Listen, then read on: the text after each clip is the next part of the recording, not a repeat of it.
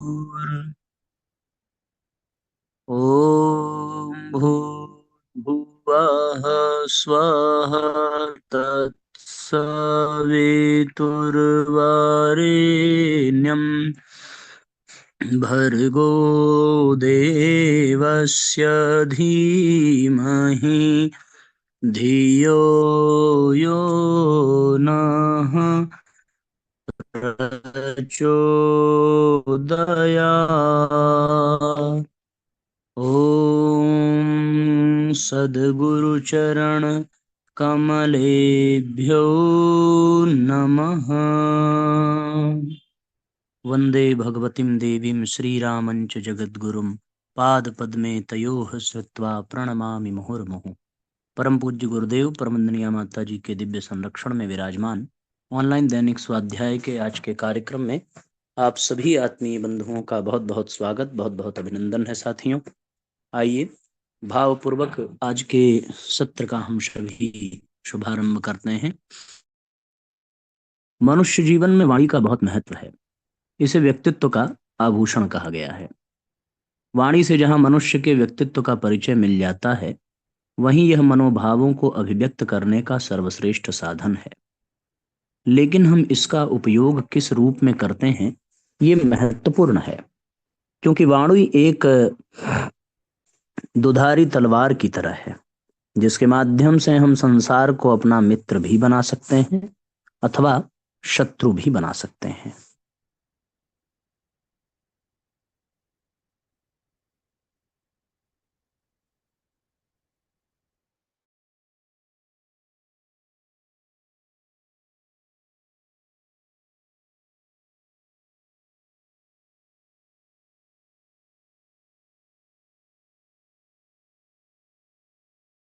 व्यक्त करने का सर्वश्रेष्ठ साधन है। लेकिन हम इसका उपयोग किस रूप में करते हैं, ये महत्वपूर्ण है। क्योंकि वाणी एक दुधारी तलवार की तरह है, जिसके माध्यम से हम संसार को अपना मित्र भी बना सकते हैं अथवा शत्रु भी। वाणी का उपयोग तो सभी करते हैं, किंतु कहाँ क्या व कितना बोलना चाहिए, यह कला कम ही व्यक्तियों को आती है। अधिकांश लोग वाक शक्ति के प्रभाव से अनभिज्ञ रहते हैं। वह जो मन में आया उसे बोलते रहते हैं, जबकि वाणी की शक्ति को समझते हुए इसकी सचेतन अभिव्यक्ति अभिष्ट है, जिसका सांसारिक सफलताओं के साथ आंतरिक विकास में बहुत बड़ा योगदान रहता है। सफल पारिवारिक जीवन से लेकर प्रभावशाली लोक जीवन का यह सशक्त आधार है। तत्ववेत्ताओं ने शब्द को शिव और वाणी को शक्ति कहा है। इनकी समझ व सदुपयोग एक तरह से व्यक्ति को अमृत तत्व का अधिकारी बना देता है एवं व्यक्तित्व की आध्यात्मिक संपदा से परिचय करवा देता है। ऋषियों ने शब्द शक्ति का महत्व समझते हुए इस पर गंभीर अनुसंधान किए और मंत्र विद्या का आविष्कार किया और वाणी के सूत्र दिए। ऋग्वेद में वाणी के रहस्य व उपयोग के संदर्भ में संकेत करते हुए ऋषि कहते हैं कि बहुत लोग वाणी का चमत्कार देखते हुए भी आंखें बंद किए रहते हैं।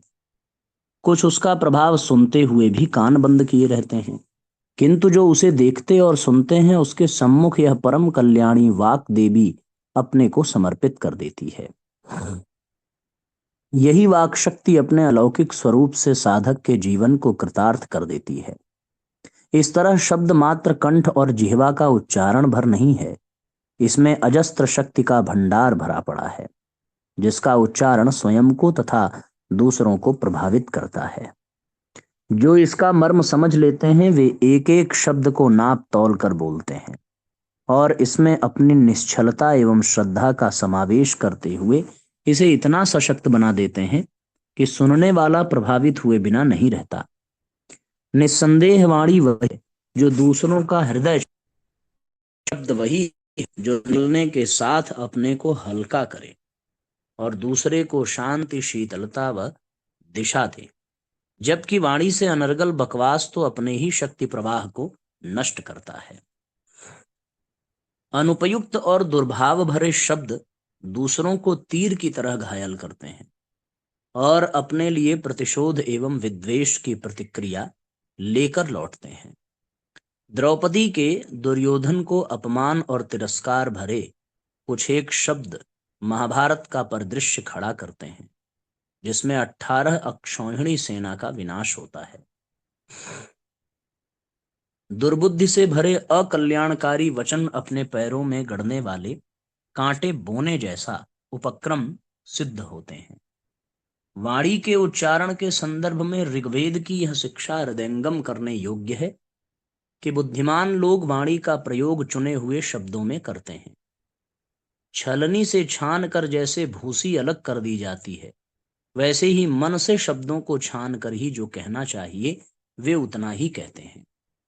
वाणी की गरिमा और प्रभावशीलता बनाए रखने के लिए आवश्यक है कि कुछ बोलने के लिए मुख खोलने से पहले विचार कर लें कि हम जो कहना चाहते हैं वह सद्भावना युक्त है अथवा नहीं। इसमें छल, व्यंग, क्रोध या तिरस्कार तो नहीं छिपा हुआ है। इसे कहने से सुनने वाले का अकल्याण तो नहीं होगा। इतना विचार करने के पश्चात उतना ही बोला जाए जितना कि आवश्यक तथा हितकर है।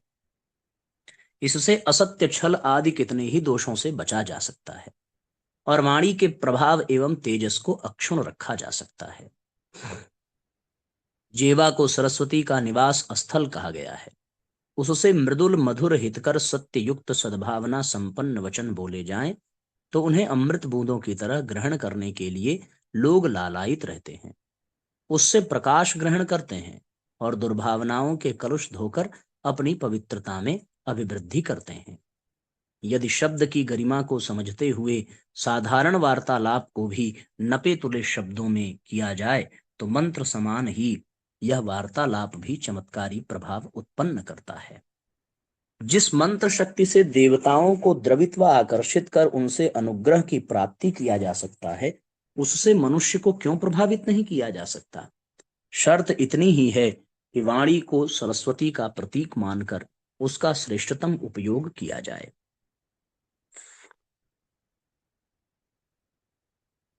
तैत्तरीय ब्राह्मण में कहा गया है कि इस वाणी के आधार पर ही मनुष्य और देव गंधर्व जीवन धारण किए हुए हैं। यह सारा ब्रह्मांड उस वाणी में समाहित है। इस इंद्र जैसी विभूतियों से संपन्न कर देने वाली वाणी से ही हम प्रीति करें। मित्र और शत्रु बनाने की क्षमता से संपन्न वाणी का जो दूसरों का दिल दुखाने, भ्रमित करने एवं छलने के लिए बिच्छू के डंक की तरह उपयोग करता है, वह अपने शत्रु ही बढ़ाता है, अपने लिए अश्रद्धा और वैर विरोध ही उत्पन्न करता है। ऐसे ही लोगों की प्रगति रुक जाती है, प्रतिभा मरणशील व कुंठित होने लगती है।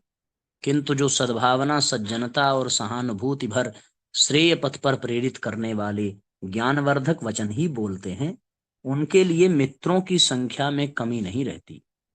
सहयोगी व सहचरों से वे घिरे रहते हैं। स्वर्गलोक में अमृत तत्व की चर्चा की जाती है, पर उसका प्रतीक जिह्वा के अग्रभाग पर ही बताया जाता है। सांत्वना और प्रेरणा भरे शब्द अमृत के समान ही हैं, जिनकी कुछ बूंद पाने वाला पुलकित हो जाता है और उस अनुदान के प्रति सदा कृतज्ञ बना रहता है। धन आदि की सहायता लोग भूल जाते हैं, पर मधुर व्यवहार को भुला सकना किसी के लिए भी संभव नहीं होता। यहाँ तक कि दुष्ट दुरात्मा भी ऐसी मधुरता के वशीभूत हो जाते हैं। इसलिए वाणी को जीवन दात्री कहा गया है। मधुर वचनों को नीतिकारों ने वशीकरण मंत्र कहा है। कौवा किसी को हानि न पहुंचाते हुए भी अपनी कर्कश अभिव्यक्तियों के कारण तिरस्कृत होता है और कोयल किसी को कुछ भी न देते हुए भी केवल वाणी की मधुरता के कारण सबकी प्रियभाजन बनती है। आकाश की तन्मात्रा शब्द विद्या का, मंत्र विद्या का जो मर्म समझते हैं, वे ब्रह्मांड में संव्याप्त शक्ति सिद्धियों और विभूतियों से संपन्न हो जाते हैं। इंद्र के ऐश्वर्य की तरह वह वाणी की यह शब्द विद्या का प्रयोग उपासना क्षेत्र में चमत्कार उत्पन्न करता है और व्यावहारिक जीवन को भी समृद्ध बनाता है तथा जीवन में प्रगति के द्वार खोलता है। इस तरह वाणी मात्र शब्दोच्चारण को ही नहीं कहते, वरन उसके साथ जो प्रयोजन भाव प्रयोग जुड़ा रहता है, वस्तुतः वही उसका प्राण है। इन प्रयोजनों से युक्त यदि बोला जाए तो वाणी अपने अभिष्ट को पूरा करती है, और यदि न भी बोला जाए तो प्रचंड प्राण प्रवाह के रूप में वह दिव्यता जिनके अंतःकरणों से निकलती है उनके स्वयं के अंतःकरण को शुद्ध करती है, और जिनके लिए लक्ष्य किया गया है उनका और समस्त संसार का भला करती है। हमें वाणी के माध्यम से इसके मित मधुर और कल्याणकारी स्वरूप को अपनाना चाहिए। इसी में हर दृष्टि से हमारा हित है। देवासुर संग्राम हुआ, उसमें देवता बुरी तरह पराजित हुए। विजय प्राप्ति के पश्चात असुर अपने गुरु शुक्राचार्य से आशीर्वाद लेने पहुंचे। शुक्राचार्य ने कहा, अधर्म भी धर्म के संबल से आगे बढ़ता है। तुम लोग दीर्घ काल तक राज करने के लिए प्रचंड तपस्या करो, शील संयम व सदाचार का पालन करो, इससे प्राप्त ऊर्जा तुम्हारा कल्याण करेगी। असुरगण तपस्या में रत हो गए। देवता इस सारी घटना को सुनाने भगवान विष्णु के पास पहुंचे। भगवान विष्णु ने देवताओं को एक युक्ति सुझाई। देवताओं में से एक ने माया मोह नामक व्यक्ति का रूप धरा, असुरों के पास पहुंचा। असुर जंगल में तपस्यारत थे। उसने असुरों से इतनी घोर तपस्या का कारण पूछा। असुर बोले, हम देवताओं पर सदा के लिए राज्य करना चाहते हैं, इसलिए सत्कार्यों के पथ पर चल रहे हैं। माया मोह हंसा और बोला, इतनी तपस्या करके भी देवता अपने आप से पराजित हो गए। राजपाट का असली आनंद उसे भोगने में है, स्वयं को कष्ट देने में नहीं है। असुर उसकी बातों में आ गए।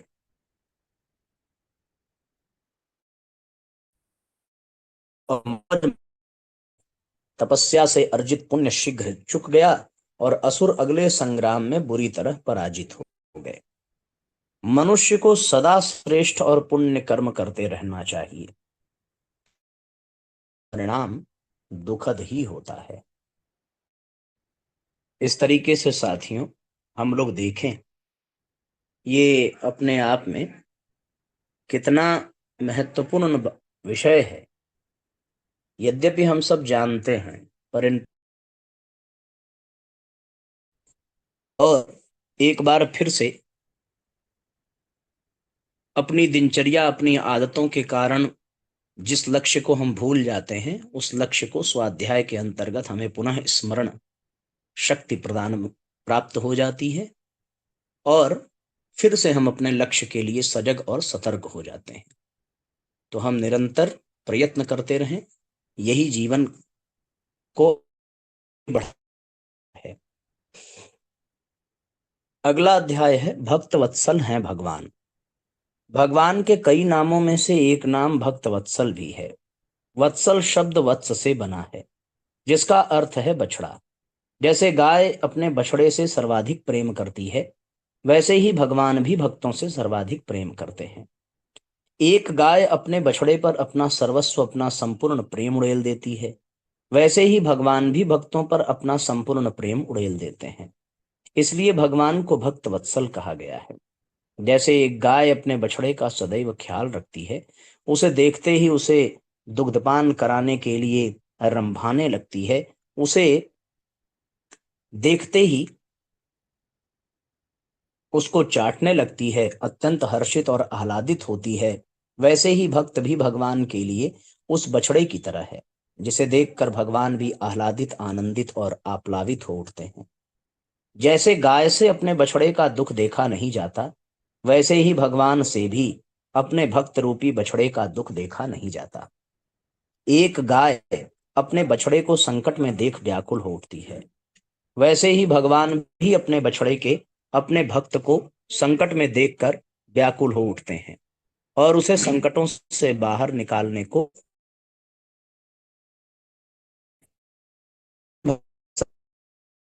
पर भगवान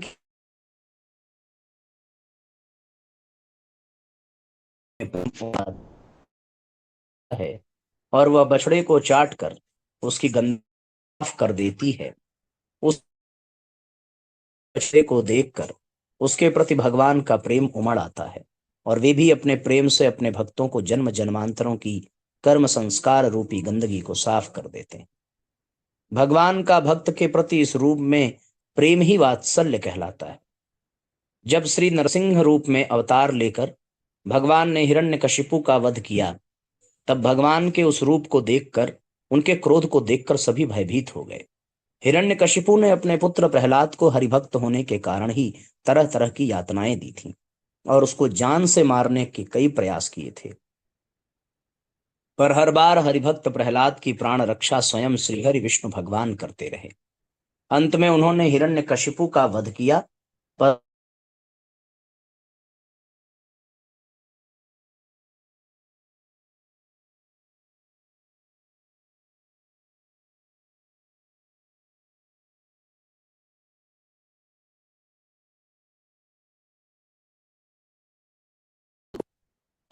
प्रभु को देखकर क्रोध से भरे भगवान प्रहलाद को देखकर क्रोध से भरे भगवान तुरंत शांत हो गए और प्रहलाद को अपनी गोद में लेकर उसे प्यार से चाटने लगे।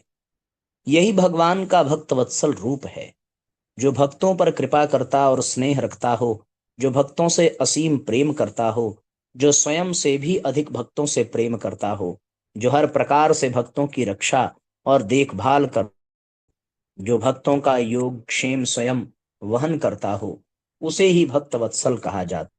वत्सल का अर्थ जो वात्सल्य से परिपूर्ण हो। जिस प्रकार गाय वत्सला अपने नवजात बछड़े वत्स शरीर की सारी गंदगी चाट कर खा जाती है, उसे साफ कर देती है, उसी प्रकार भगवान अपने शरणागत भक्तों के पापों को भस्म कर देते हैं, उनके कर्म संस्कारों को भस्म कर देते हैं और उन्हें मुक्त कर देते हैं। उनके लिए मुक्ति मोक्ष ब्रह्म साक्षात्कार का मार्ग प्रशस्त कर देते हैं। जो भक्तों के प्रति प्रेम पूर्ण स्नेही हैं, जो उनकी देखभाल करते हैं, वे ही भक्त वत्सल हैं, वे ही भगवान हैं।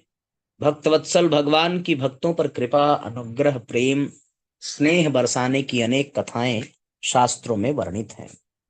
एक कथा के अनुसार गजेंद्र नाम का एक हाथी जो हरिभक्त था, एक दिन एक धूप भरी दोपहरी में अपनी प्यास बुझाने के लिए एक नदी में उतरा।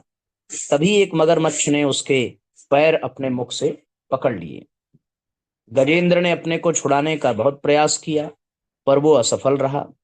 तब अंत में गजेंद्र ने स्वयं को मगरमच्छ में बचाने के लिए भगवान श्री हरि विष्णु से प्रार्थना की। अपने भक्त की पुकार सुनकर भगवान शीघ्र ही वहां पहुंच गए और सुदर्शन चक्र से मगरमच्छ का सिर काट दिया।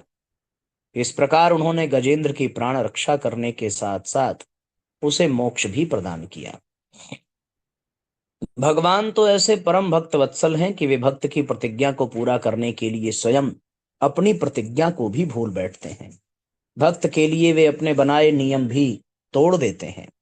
महाभारत की कथा के अनुसार भगवान कृष्ण ने कौरवों और पांडवों के बीच युद्ध में स्वयं हथियार नहीं उठाने की प्रतिज्ञा की थी, पर भीष्म पितामह ने भगवान कृष्ण को उनकी प्रतिज्ञा के विरुद्ध हथियार उठाने को बाध्य कर दिया। भक्त और भगवान के बीच यह मीठी तकरार ही तो है। भगवान इतने भक्तवत्सल हैं कि वे भक्त के प्रेम में भक्त की प्रतिज्ञा को पूरी करने के लिए अपनी प्रतिज्ञा भी तोड़ देते हैं। महाभारत में एक बार जब भीष्म पितामह ने अर्जुन के ऊपर बाणों की बौछार कर दी, तब अपने भक्त अर्जुन की प्राण रक्षा के लिए एक रथ का पहिया उठाकर भगवान कृष्ण भीष्म पिता मारने के लिए उनकी ओर दौड़ पड़े। इस प्रकार भगवान ने भीष्म व अर्जुन दोनों की भक्तों की लाज बचाई और अपनी प्रतिज्ञा को जगह जगह अपने भक्त की प्रतिज्ञा को अधिक महत्व दिया।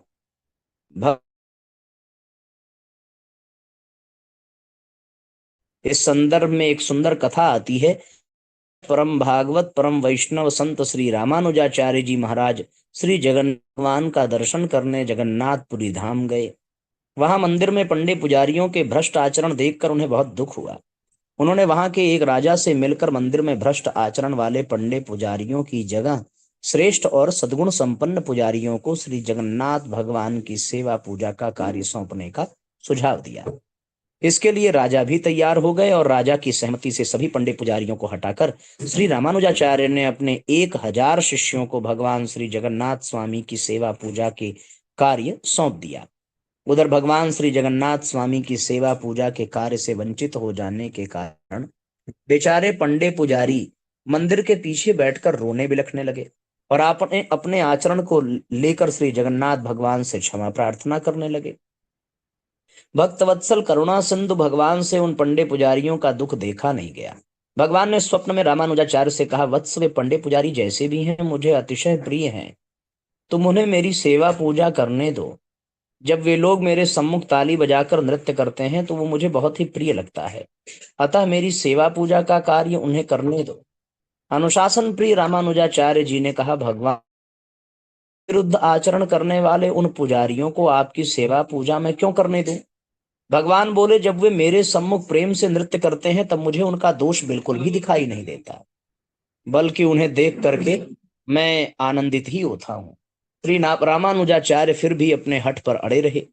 भक्त वत्सल भगवान को अपने भक्त रामानुजाचार्य का हठ भी रखना था और उन पुजारियों पर करुणा भी करनी थी। सो उन्होंने गरुण जी को रामानुज के श्री रंगनाथ धाम पहुंचाने की आज्ञा दी। भगवान की आज्ञा पाकर गरुण जी ने रात में सो रहे रामानुजाचार्य को शिष्यों सहित श्री जगन्नाथ धाम से श्री रंगनाथ धाम पहुंचा दिया। प्रातः जब रामानुजाचार्य की आंखें खुली तो स्वयं को श्री रंगनाथ धाम में पाकर भगवान की भक्त वत्सलता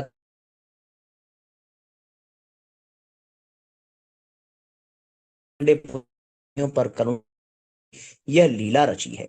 भगवान की ऐसी भक्त वत्सलता देखकर वे रोमांचित और आह्लादित हो उठे। उधर उन पंडे और पुजारियों को फिर से भगवान की सेवा करने का सौभाग्य प्राप्त हो गया। वे सभी भी बड़े हर्षित और आह्लादित हुए। भगवान की भक्त वत्सलता को लेकर ऐसे अगणित कथाएं दृष्टांत हैं जिन्हें जानकर सुनकर पढ़कर हर भगवत भक्त का मन आह्लादित हो उठता है और उनकी भगवत वत्सल होने के कारण ही तो भगवान राम ने शबरी के जूठे बेर खाए। भगवान श्री कृष्ण ने दुर्योधन के राजभोग को ठुकराकर भक्त विदुर के घर केले के छिलके खाए। भक्त वत्सल भगवान ने तपस्यारत बालक ध्रुव को दर्शन देकर उसका आलिंगन किया और उसे परम पद प्रदान किया। भक्त वत्सल भगवान अपने भक्त राजा बलि का कल्याण करने को ही स्वयं उसके यहाँ 3 पग भूमि मांगने पहुंचे। भगवान ने भक्त मीराबाई को दिए गए विष को अमृत और सर्प को तुलसी की माला बना दी। भगवान ने अपने भक्त नरसिंह मेहता का योग क्षेम वहन करने को उनका रूप धारण किया। सूरदास को गड्ढे से निकाला, कुबड़ी कुब्जा को ठीक किया, सदन कसाई का उद्धार किया, कर्माबाई की निष्काम भक्ति से प्रसन्न हो उनकी खिचड़ी खाई। नामदेव, तुकाराम, एकनाथ, तुलसीदास, रैदास आदि भक्तों को दर्शन देकर तृप्त किया। यदि हमें भी भक्त वत्सल भगवान के प्रेम स्नेह अनुग्रह कृपा को पाना है तो हमें पहले सच्चा भक्त होना। सच्चा भक्त ही भगवान का प्रेम पाने का अधिकारी हो सकता है। सच्चा भक्त होने के लिए छल कपट तजकर पूर्ण रूपेण भगवान का हो जाना, भगवान की शरण में आ जाना, सारे तर्क वितर्क लोभ मोह अहंकार को तजकर एकमात्र अपने आराध्य अपने भगवान को ही अपना सर्वस्व मान लेना, भगवान को ही अपना परम हितैषी मानना, भगवान को ही अपना रक्षक मानना, अन्यों का आश्रय छोड़कर एकमात्र प्रभु का आश्रय ग्रहण करना, अपने कर्तव्य कर्म को भगवान की पूजा मानकर पूजा के भाव से करना, हर कर्म को ईश्वर का ही मानकर करना, कर्म फल की चिंता न करके कर्म को निष्काम भाव से करना, कर्म करते हुए स्वयं को अकर्ता और भगवान को ही कर्ता मानना, स्वयं को प्रभु के हाथों का एक यंत्र मात्र मानकर कर्म करना, सदैव सच्चाई ईमानदारी का पालन करना, ईमानदारी पूर्वक जीविकोपार्जन करना, भगवान सर्वत्र सर्वव्यापी सर्वशक्तिशाली और सर्वज्ञ हैं ऐसा मानकर जानकर सर्वत्र प्रभु की उपस्थिति का अभ्यास करना,